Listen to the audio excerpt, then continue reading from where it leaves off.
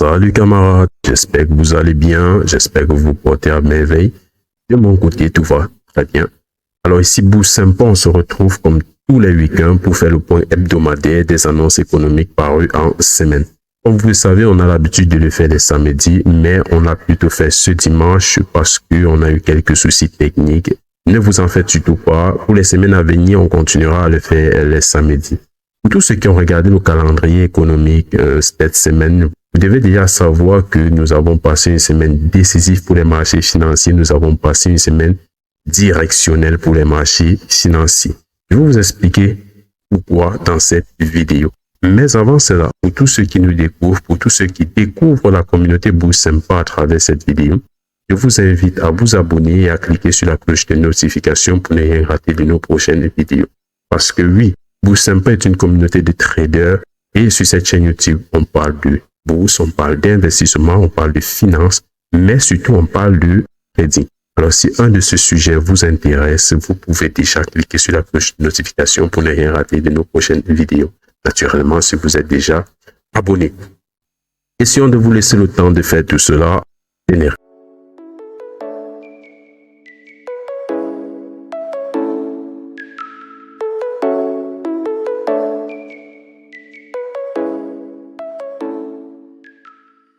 Donc, comme je le disais, on a passé une semaine directionnelle, une semaine décisive pour les marchés financiers. On va décortiquer tout cela tout de suite. On commence la semaine avec le lundi 29 avril. Je rappelle que cette semaine est une semaine de transition entre le mois d'avril et le mois de mai, notamment avec les résultats des entreprises, des performances des entreprises et tout. Mais nous n'allons pas beaucoup parler des résultats de performance d'entreprise cette semaine-ci. Nous en avions parlé la semaine dernière. Cette semaine, on va vraiment se harcer sur le côté économique, l'annonce économique et tout. Donc le lundi, dans la zone euro, on a l'IPC allemande qui est revenu à 0,5 alors que c'était attendu à 0,6. Alors comme vous le savez, le marché de l'emploi du côté de l'euro commence déjà à montrer des signes de faiblesse. D'ailleurs, on s'attend déjà à une baisse des taux d'intérêt par la BCE en juin. Ensuite, on a eu le mardi du côté de l'euro, on a eu le PIB France qui est revenu positif. Très bien pour la France. On a eu PIB France trimestriel. On va s'intéresser au PIB annuel. Il est revenu à 1,1 alors que c'était attendu à 0,9. Positif aussi pour l'euro, très positif pour la France qui jusqu'à présent, comme vous le savez, était dans une très mauvaise phase d'économie. On commence à entrevoir une croissance économique du côté de la France qui pourra peut-être combler le déficit budgétaire. Parce que oui, comme vous le savez, du côté de la France, on a un très fort déficit budgétaire. Et donc, si cette croissance économique du PIB continue, on pourra peut-être, avant la fin d'année, se retrouver en train de combler ce déficit budgétaire. Donc, espérons que Bruno Le Maire continue d'adopter des stratégies bénéfiques pour cette économie française. Ensuite, on a eu du côté de l'euro toujours l'évolution du nombre de chômeurs du côté de l'Allemand qui est revenu nettement supérieur aux attentes. Parce que oui, on l'a déjà dit dans cette vidéo, le marché du travail du côté de l'euro est déjà en train de montrer des signes de faiblesse et donc on peut déjà entrevoir une baisse des taux d'intérêt. Ensuite, on a eu le PIB allemand qui est également revenu supérieur aux attentes.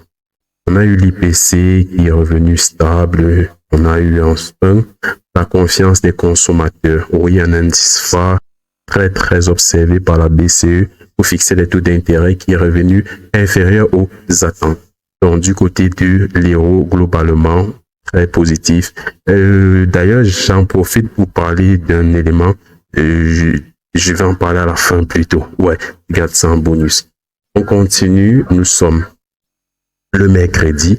Et le mercredi, qu'est-ce qu'on a eu du côté du dollar? On a eu la création d'emplois dans le secteur non agricole qui est revenu supérieur aux attentes. Je rappelle encore que la création d'emplois non agricoles ADP est une analyse qui essaye d'anticiper ce qui reviendra dans le NFP le vendredi. Parce que oui, ce vendredi, on a eu la sortie du NFP. Ensuite, on a eu le PMI manufacturier qui est revenu supérieur aux attentes. On a eu l'indice PMI manufacturier ISM qui est revenu inférieur aux attentes, négatif baissier pour le dollar. Je rappelle que les annonces négatives pour le dollar commencent déjà à être plus impactantes sur le marché que les annonces positives pour le dollar. Ensuite, on a eu le rapport job sur les nouvelles offres d'emploi qui est revenu, comme vous pouvez le constater, inférieur aux attentes. On a eu le stock de pétrole brut. Je rappelle que cette data-ci commence déjà à revenir inférieur aux attentes depuis plusieurs semaines. Je vous l'avais expliqué dans l'un des grands recaps où je disais que cette data revenait toujours positive, supérieure aux attentes et qu'elle avait déjà commencé à montrer des signes de faiblesse. Alors oui, cette data continue de montrer des signes de faiblesse, ce qui est une très bonne direction pour une politique monétaire future. Ça montre tout simplement que les entreprises ne consomment plus, n'utilisent plus autant de pétrole qu'avant. Pour ensuite tomber sur les taux d'intérêt, parce que oui, ce mercredi, les taux d'intérêt revenaient du côté des États-Unis et nous attendions effectivement à une stabilisation des taux d'intérêt. Les taux d'intérêt sont non restés stables du côté des États-Unis. Ensuite, on a eu la conférence de presse du FOMC. C'était l'élément phare de la journée, l'élément le plus attendu de la journée. J'ai d'ailleurs pris quelques traits sur cette conférence-ci. Tous ceux qui sont dans le groupe, n'est-ce pas, sur Telegram ou sur Discord, vous avez vu les traits que je vous ai envoyés. D'ailleurs, j'ai essayé un élément nouveau. J'ai utilisé MetaTrader 5 pour prendre des trades parce que oui, comme vous le savez, nous avons l'habitude de ne trader qu'en futur. Donc, d'habitude, on utilise NinjaTrader. La question de mieux encadrer la communauté et de guider qui veut vers où il veut parce que oui, le trading, ce n'est pas forcément tout le monde au même endroit, c'est chacun où il se sent le mieux. Donc, question de mieux guider notre communauté, on a décidé de jumeler tout cela. Que tu décides de travailler en CFD ou en futur, ou Sympa est une communauté où tu trouveras ta place. Donc, ensuite, cette conférence-ci était plutôt négatif, baissier pour le dollar parce que oui, les perspectives de hausse des taux d'intérêt n'étaient plus très envisageables. Ensuite, on a eu le jeudi. Alors, le jeudi, du côté de l'euro, plutôt positif, haussier. D'ailleurs, également, l'inscription hebdomadaire au chômage du côté des États-Unis est revenue inférieure aux attentes. Un marché de l'emploi qui nous a montré des signes de faiblesse le mardi, puis nous montre des signes de force le jeudi. On s'attendait donc réellement à un vendredi pour avoir une direction. Et oui, c'est à ce niveau que je vous dis que cette semaine a été une semaine directionnelle, une semaine phare des marchés financiers parce que on a eu un NFP qui est revenu inférieur aux attentes pour les niveaux sur les data.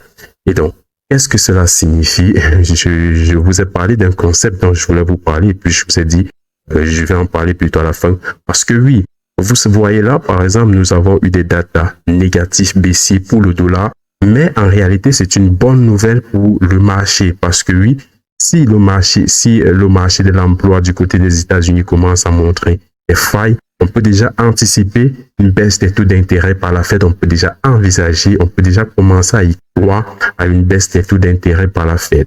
Et si la Fed commence à baisser les taux d'intérêt, c'est une bonne nouvelle pour les entreprises, c'est une bonne nouvelle pour les investisseurs. Et donc, à ce niveau-là, on va commencer à se dire une mauvaise nouvelle pour le dollar qui est une bonne nouvelle pour l'économie américaine.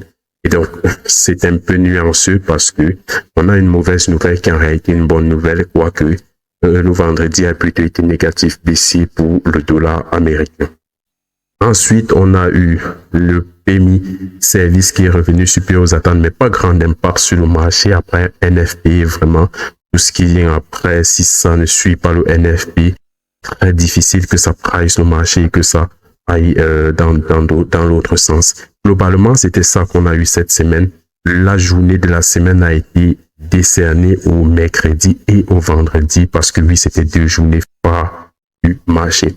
Comme d'habitude, on va continuer en allant regarder quelques peu le graphique. On va s'intéresser au graphique de l'euro, de l'indice de l'euro et au graphique de l'indice du dollar. Je crois vous avoir expliqué dans la vidéo précédente pourquoi est-ce qu'on s'attardait beaucoup plus aux indices de devises plutôt qu'aux paires de devises. Parce que oui, si vous comprenez comment ça marche du côté du dollar, si vous comprenez comment ça marche du côté de l'euro, vous pourrez jumeler et trader la paire euro-USD. Pareillement, si vous comprenez comment ça marche du côté de l'USD et du côté du JPY, vous pouvez également trader la paire du dollar et du yen japonais. Donc, on va commencer par l'euro. Comme vous constatez, c'était une semaine assez baissière pour l'euro. Voilà. Nous avions déjà cette trendline de divergence. Comme vous pouvez, nous avions déjà des signes de divergence ici sur le marché. Puis nous avons eu la formation de cette trendline qui a effectivement confirmé une baisse du dollar, notamment avec la cassure de la zone de neutralité du RSI, puis un retour pullback. Donc on aurait pu prendre une position ici en vente sur l'euro. Et on constate tout simplement que l'euro est passé dans une phase assez baissière parce que oui, on s'attendait déjà à une baisse de l'euro. Souvenez-vous, on en a parlé. Lorsque nous étions sur cette phase haussière, on se disait, oui, l'euro est en train de monter, mais on ne prendra pas de position à la hausse. Pourquoi on ne prendra pas de position à la hausse? Parce que le marché de l'emploi du côté de l'euro est déjà en train de s'affaiblir. On s'attend déjà à une baisse des taux d'intérêt par la BCE. Et donc, il est inutile de prendre des positions à contresens. Au contraire, on recherchait plutôt de très bons points d'entrée baissiers sur l'euro pour commencer à shorter l'euro. Donc voilà, globalement, on commence déjà à voir des plus bas de plus en plus bas et des plus hauts de plus en plus bas. Donc l'euro est en train d'avoir un probable retournement baissier. On va aller voir du côté du dollar. Du côté de l'indice du dollar, voilà. Du côté de l'indice du dollar, on est plutôt passé baissier sur le dollar parce que oui, le NFP a accentué cette baisse du dollar et voilà. Le dollar est plutôt passé baissier, notamment cassé avec force la moyenne mobile 200 et la moyenne mobile 50 pour se retourner baissier. Donc, globalement, nous sommes devenus baissiers sur le dollar. On attend vraiment d'avoir une meilleure direction la semaine prochaine. On verra comment est-ce que le marché réagit. Est-ce que le marché va revenir casser ce plus haut-ci ou est-ce que le marché recherche juste un pullback sur cette moyenne mobile? Quoiqu'il est fort probable que le marché continue à la baisse sans même atteindre cette plus haut-ci. Et donc, le marché pourra juste être recalé à ce niveau. Il est possible que le marché soit juste recalé à ce niveau et puis continue à la baisse. On verra tout cela le lundi et on pourra notamment commencer à anticiper, à prendre des positions le mardi. Voilà. Avant d'aller regarder, avant même de regarder la semaine prochaine, avant de voir ce qu'on aura la semaine prochaine sur le calendrier économique, je tiens à faire le point, quelque chose qu'on n'a pas l'habitude de faire du côté des indices, des actions et puis des cryptos. Voilà, donc du coup, côté indice, on a le CAC 40, on a plutôt été haussier du côté des indices cette semaine, en dehors du S&P 500 qui cette semaine a pris littéralement moins 4,04%, mais globalement, le CAC 40 a pris 0,54%. On a le DAX qui a pris 0,54% également. Le S&P 500 qui a pris, le S&P 500 futur, pardon, plutôt est en baisse. Le S&P 500, lui, a pris 0,26% plutôt haussier. Donc, globalement, du côté des indices, on a plutôt été haussier cette semaine. On a pris quelques pourcentages. Ensuite, du côté des actions, c'est l'action Tesla qui performe très bien. L'action Tesla, je rappelle, a eu des chiffres d'entreprise pas très favorables. On négocie actuellement l'action Tesla à 181,14 $ et l'action a pris 0,63% cette semaine. On a l'action Amazon qui a également performé cette semaine. On a l'action Meta, la plateforme Meta que vous connaissez très bien, qui a pris plus de 2,35%. Je rappelle que Meta, malgré ses annonces plutôt positives, avait un peu perdu en bourse, avait perdu 10% en bourse la semaine dernière. Donc, Meta est en train de se relever. Ensuite, du côté des entreprises comme Total Energy et tout, on a retrouvé une légère baisse de moins 0,73%. Alors, du côté crypto, on a la reine, le BTC, qui a pris plus 0,85% cette semaine. le BTC s'est négocié actuellement à 63 000, mais on a eu une baisse cette semaine jusque dans les 58 000, ce qui n'a pas été très favorable pour la crypto. Et du coup, on s'est retrouvé vraiment à avoir d'énormes baisses. Là, par exemple, comme vous pouvez le constater, on a eu une très grosse chute. Voilà, comme je le disais là, comme vous pouvez constater, on a une chute jusque dans les 57 000 du côté du BTC avant une reprise. Donc, c'était vraiment pas la semaine de l'année pour le BTC. Ensuite, on a eu les cryptos. Comme vous le savez, la reine monte toujours la direction et cette chute a causé vraiment des carnages du côté des autres cryptos. Quoique le Doge a pris plus de 2,94% cette semaine. Donc, on va s'arrêter là pour le point des marchés. On va s'intéresser maintenant au calendrier économique de la semaine prochaine. Alors, qu'est-ce qu'on aura la semaine prochaine? Déjà, le lundi, on aura une annonce du côté de l'euro avec le PMI Service France. Ensuite, on aura le mardi avec la décision. Bon, on va pas s'intéresser à ça. On aura ensuite le mercredi avec le stock de pétrole plus parce que oui, jusqu'à présent, on ne s'intéresse qu'au dollar et à l'euro. L'économie américaine et à l'économie en zone euro. Ensuite, on aura le jeudi avec l'inscription hebdomadaire au chômage. Puis le vendredi, c'est une semaine assez simple. Pas de très grande annonce économique à 3 étoiles. Quoi qu'il y aura beaucoup d'annonces économiques à 2 étoiles et on pourra notamment pricer, on pourra notamment regarder ces annonces économiques à 2 étoiles pour trader la semaine prochaine. Donc, je crois qu'on va s'arrêter là. Si vous avez regardé la vidéo jusqu'à présent, je peux déjà donc vous inviter au nom de la communauté Bourse Sympa à vous abonner à notre chaîne YouTube, à nous rejoindre, que ce soit sur notre Discord ou sur notre Telegram. Vous avez tous les liens en description. N'hésitez surtout pas à rejoindre la communauté et restons très forts. Ciao les amis, que Dieu vous garde.